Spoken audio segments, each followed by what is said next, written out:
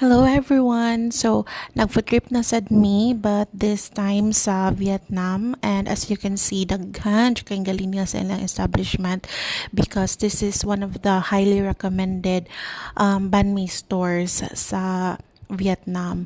Ang ilang name kay Banh Mi Huyen Hoa, located sa District 1 sa Vietnam. So, duha ni sila ka units. Ang usa ka unit kani siya nga unit kay nag-serve lang jud og banh mi, nothing else sa ilang menu.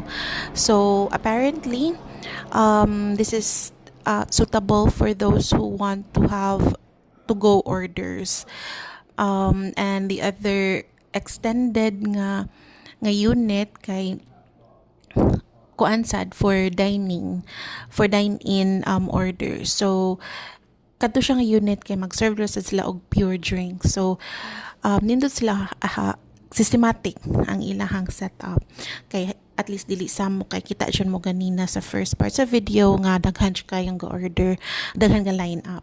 So kani siya ang ilahang style is once you order, mapasay pag set up sa or mapasay pag himo sa banh mi. So kita jud nimo kung giun sa paghimo sa ilahang staff unya maka-request po ka nga tungaon. So if you wish to have it as a snack, please request to have it cut in half kay medyo umay ang whole bread for kuan lang for a snack. So but if you wish to have it like dinner or lunch or breakfast, then by all means have it as a whole.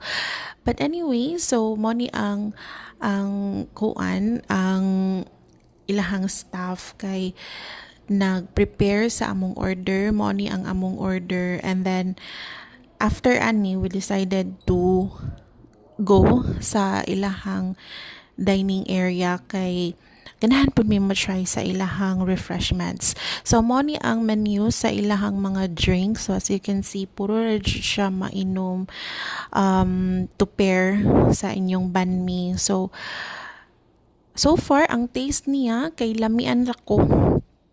And then compared sa atua kay ang sa atua sa Philippines kay ang strip niya kay kuan siya mo siya beef strip, so medyo lisod siya kanon, lisod siya putlon, kani kay dali ra jud siya, dili siya messy. So if you have the time to visit this store, if you're in Vietnam, please do, kay highly recommended jud siya. So thank you all for watching. Bye.